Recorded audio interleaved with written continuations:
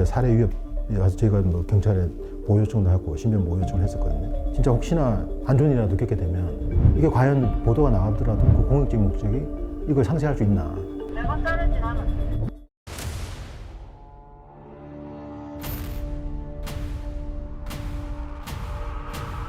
끝까지 밝혀내야죠.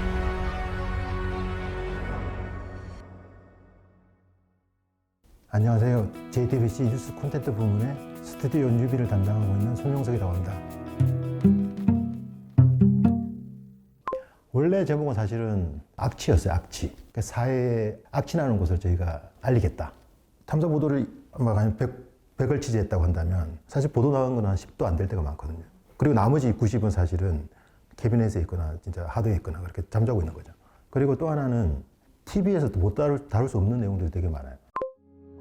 탐사 보도에 이제 가장 큰 것 중에 하나가 사회 부조리나 그런 권력 비판을 하잖아요. 그런 서사나 이런 게 사실 뉴스룸에 들어가기엔 되게 한정적이고 그 소재도 좀 부족할 때도 많고 모든 연령층이 보기에는 그러다 보니까 조금 더 자유로울 수 있는 플랫폼을 찾다 보니까 웨이브를 찾았고 그리고 거기에 맞는 좀 아이템들 여러 가지 이렇게 제가 말씀드렸던 여러 가지 아이템들을 넣으려고 하는 그릇을 만든 게 이제 악인 지적이라는 거죠. 저는 약간 목소리가 굉장히 좀 되게 충격적이더라고요. 옆에 형사님 두 분 계시거든. 진짜요? 옮겼어. 내가 죽이진 않았고. 죽이진 않았고 시체를 옮겼어. 누군데? 처음 보는 사람. 네가 죽였어? 아니, 그럼 지 혼자 죽었어? 아니, 살해되는 걸 봤어? 응. 보통 그렇게 목소리를 딱 들으면 이 사건에 대한 약간 감이라고 해야 되나? 촉이라고 해야 되나? 이게 생기거든요. 근데 정유정 녹취판을 들었을 때 굉장히 섬뜩한 거예요. 제가 느끼는 이 느낌을 사람들이 과연 받을 수 있을까? 그런 생각이 좀 들었어요. 그래서 그런 걸 좀 최대한 많이 살려보자고 생각을 했던 것 같아요. 그 사건에서 기자들이 삼자라고 하지만 사실 그런 저희가 보도했던 것들은 다 이제 기자가 어떻게 보면 세상 밖으로 이끌어낸 것도 많거든요. 약간 그런 생각도 들었어요. 기자의 역할을 좀 보여주는 것도 필요하다. 그 비서 면접 보러 갔던 그 후배가 처음에 이제 성적인 그 상황이 분명히 발생될 거라고 보여지는데 저는 사실은 말로 했던 것 같아요. 그러니까 과연 진짜 안 되지 않겠냐 이거를 진짜 그렇게 생각을 했었는데. 네, 면접 보러 왔거든요. 들어오세요. 네. 아이고, 신당부에서 오셨네. 반갑습니다. 친이라고 하죠. 또는 2대2나 2대1 경험 있어요? 본인은 지금 남자친구 있지만 다른 남자 있는 건 아니죠. 여기에서 만약에 다른 직원하고 그 용품을 사용한다면 그게 가능한가요? 그게 왜 성인용품 회사에서 필요한 질문인지를 전혀 모르겠더라고요.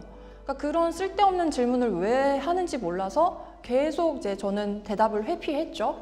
그런데 제 대답을 들을 때까지 노골적으로 반복해서 질문을 하더라고요.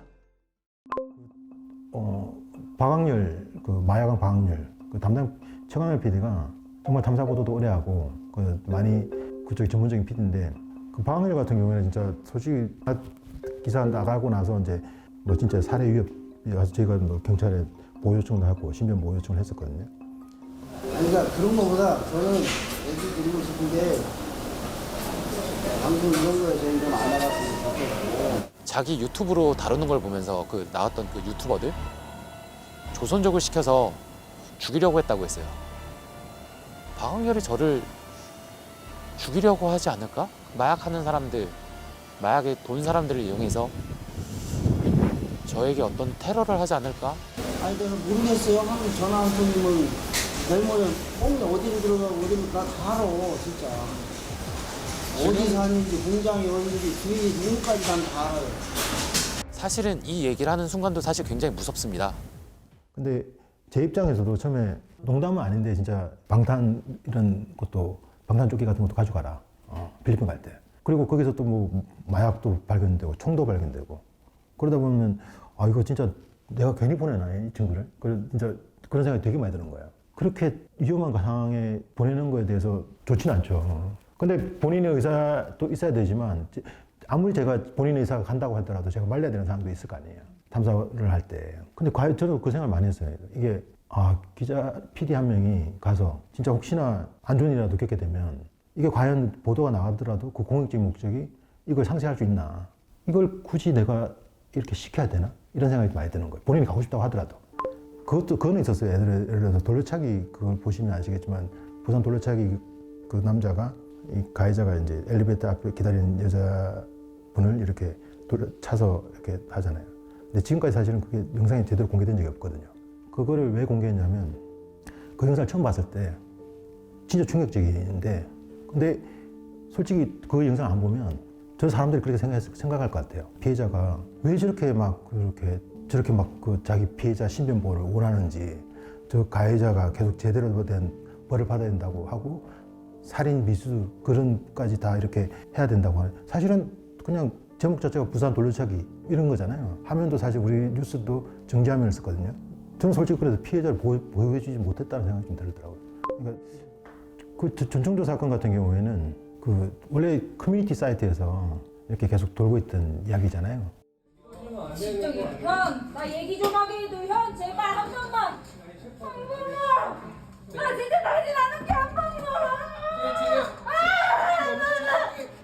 없는 일 하나 지금 현업법 체포하겠습니다. 저는 손님만 찍고 분명히 드리겠습니다.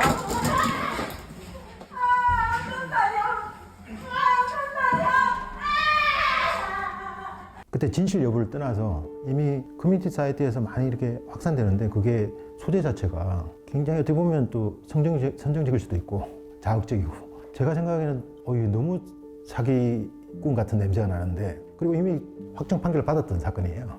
그런데 매스미디어에서는 아무도 그걸 못 다루고 있는 거예요. 마침 또 기자가 또 연락이 와서 한번 다룰 수 있을 것 같은데요 이렇게 하기도 하고 여전히 이제 사람들이 계속 궁금해하고 풀리지 않는 의문점은 뭐냐면 이 남현희 감독이 전청조에 대해서 어디까지 알고 있었냐. 일단 현재 전청조의 입장은 나와 있고 그리고 저희 악인 취재기 취재팀이 이번에 새롭게 입수한 그 자료들이 있습니다. 남현희 씨는 진짜 파라다이스 혼외자라는 거를 알고 있었어요, 처음부터? 그렇게 알고 있었어요, 처음에. 제가 거짓말 친 건 맞으니까요. 그러면 그게 끝까지 다 그렇게 알고 있었던 건가요? 아니, 그건 아니었어요. 가담했냐와 몰랐냐는 굉장히 다른 질문인 거 아시죠? 네. 확답은 못 드리지만 의혹은 던져드릴 수 있다고 제가 말씀드렸어요. 몰랐을까요? 전청조 사건을 보면서 느낀 거는 이게 사기 자체가 사실 살인보다 무서울 수 있다.